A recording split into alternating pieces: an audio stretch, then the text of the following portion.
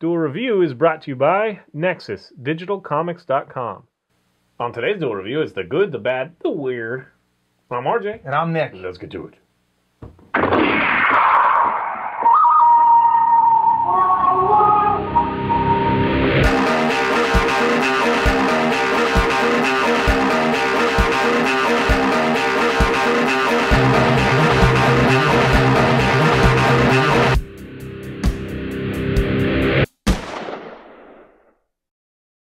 Welcome to Friday the 16th of March. We are doing the Asian film, The Good, the Bad, and the Weird. The weird. Yeah.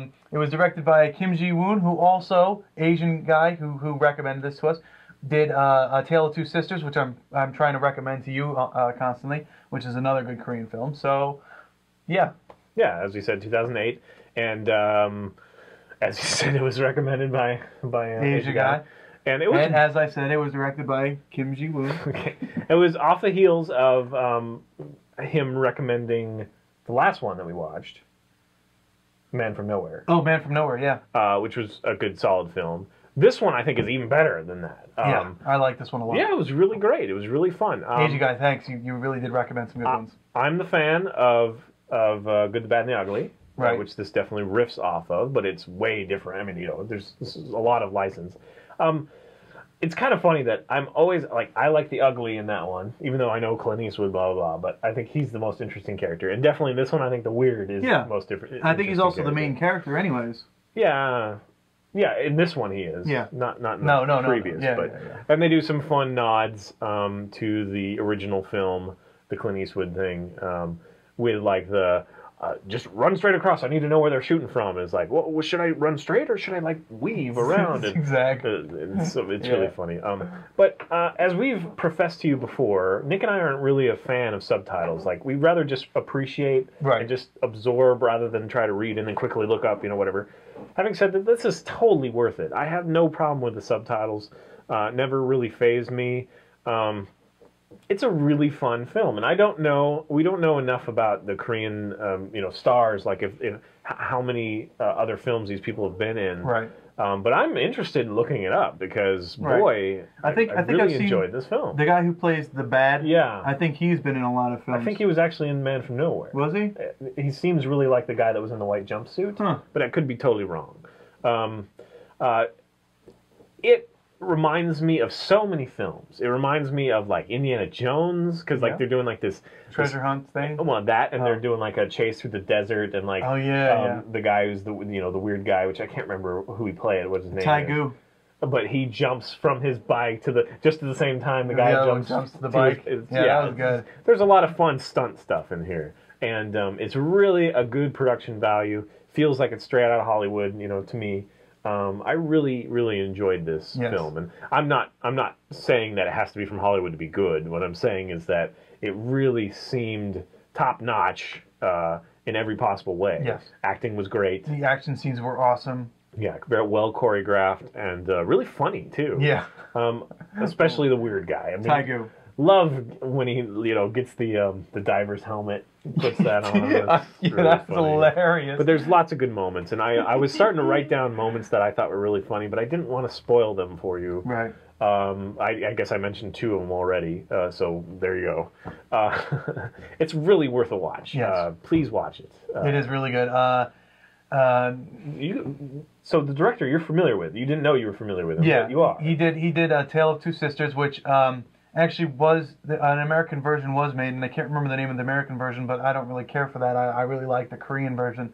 So yeah, I am familiar somewhat with the director, and he did a great job. And a lot of times, and I don't know about this director or anything, but a lot of times foreign films that have something to do with American films are too literal in the way they take it. I think this one has a lot of fun with it. Yes. It really plays with the premise, and they definitely end up like the main scene of the old one is similar to this scene, but it's different enough. I mean, like they weren't looking for a grave marker. You know what I mean? Like he happened to find it, and then they had this whole standoff thing. But the train scene is awesome. Yeah.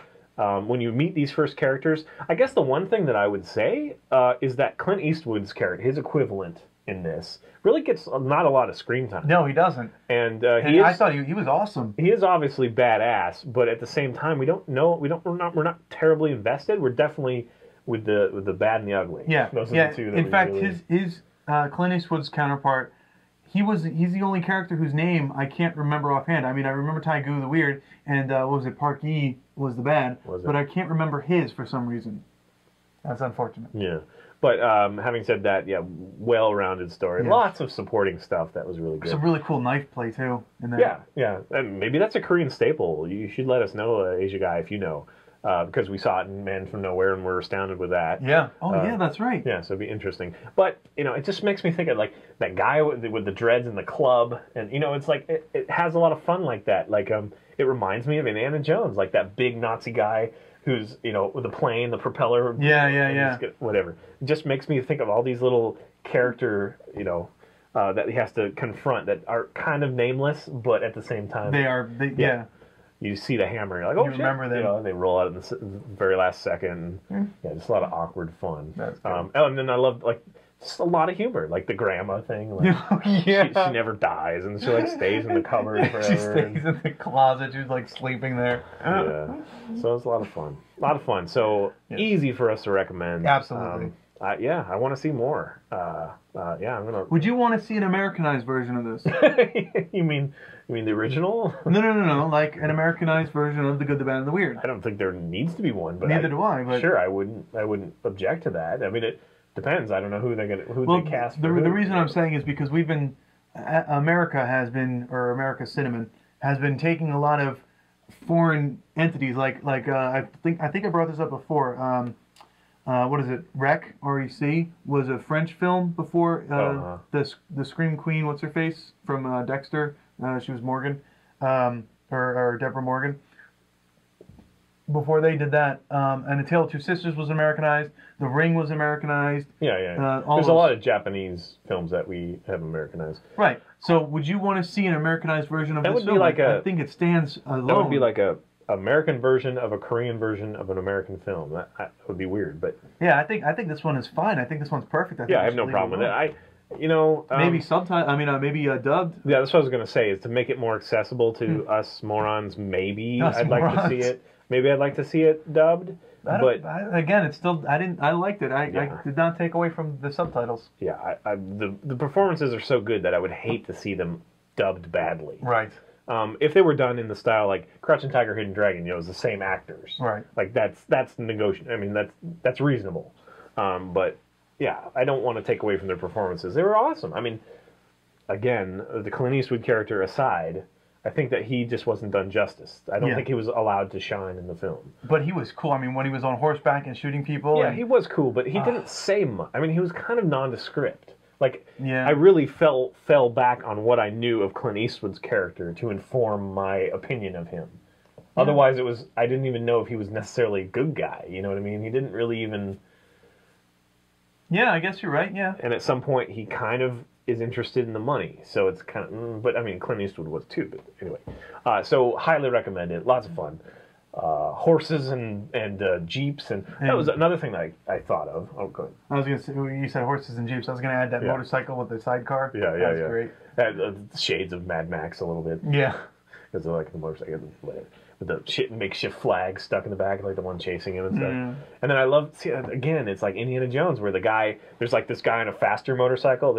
Okay, so the weird guy is trying to get away with the map. And he's in his sidecar, he's up front. And then there's another guy, he like pulls out a knife and then gets on his bike and goes faster and catches up with him. And he's like about to, like, hey, I'm going to slash you or whatever. And so the guy just goes, shoots him, and that's so Indiana Jones. That was just so perfect. It was like, oh, you have a knife? Oh, scary. Oh, yeah. There's a lot of great comedy mixed in with all the action. It's a great movie. Yeah. This is a good film. Yeah, well, I'm glad that we both agree on that. Yeah.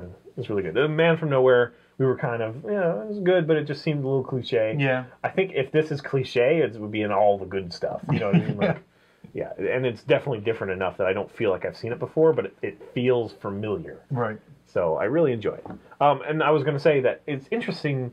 I would be interested to know that whole Chinese, Korean, Japan history. Oh, and Russia. Russia was thrown in there. Russia as well. Well, it was in parts of Russia and Asia. But I wonder what that dynamic means. You know what I mean? Like, to us, it could be like the Mexican-American War. You know what I mean? Like something...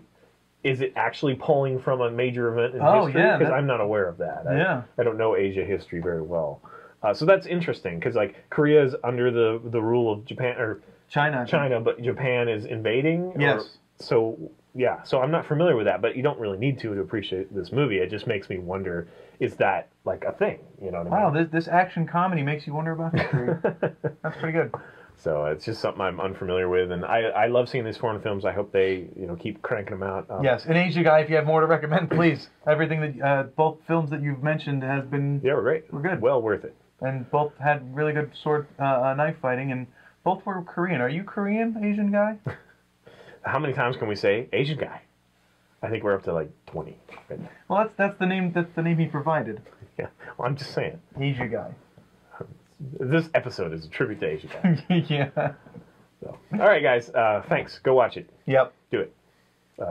That's it. Follow us on Facebook. Subscribe on YouTube. Tell us what you think. If you're going to Emerald City Comic Con, please let us know. And when you get to Emerald City Comic Con, please buy his card game.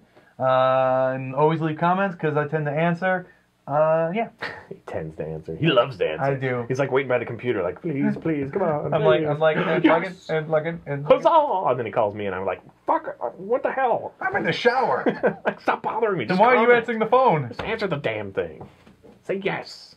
Yes. All right, see you guys. Okay, bye. Damn you. Hell yeah. That's what's up. I'm rocking. Good job. See ya. I'm depressed now. Oh, I think you're still in the lead. Oh, I don't care. I should be like 20 ahead of you. Because you suck and I don't.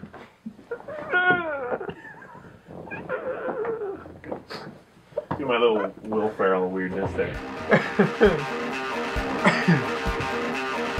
Oh, wow, I just turned right from that. Next week, we take a look at Spider-Man India. You leave me alone. That's not funny. I'm sorry, all I said was your hair is bushy. I thought you liked it. It is bushy. The knights who saved me bring us a shrubbery. There it is. There's your shrubbery. Thanks. Well, you said you wanted it bushy. Yes, and now I am part of a Monty Python joke. Neat. I forget, what's the other thing they do? We are no longer the knights who say chitty bang noo hoo doo. I don't remember what it is. Some long stupid thing. Totally need to do Monty Python. Yes, we do. Where? What's that from? Nothing? No, that I know what I'm thinking of. From Little Shop of Horrors, John Candy. John Candy was doing that radio personality. He's like, wee. Today is the 16th of March, and this anecdote is what? Weird. Remember, he plays the guy. He's like, nope.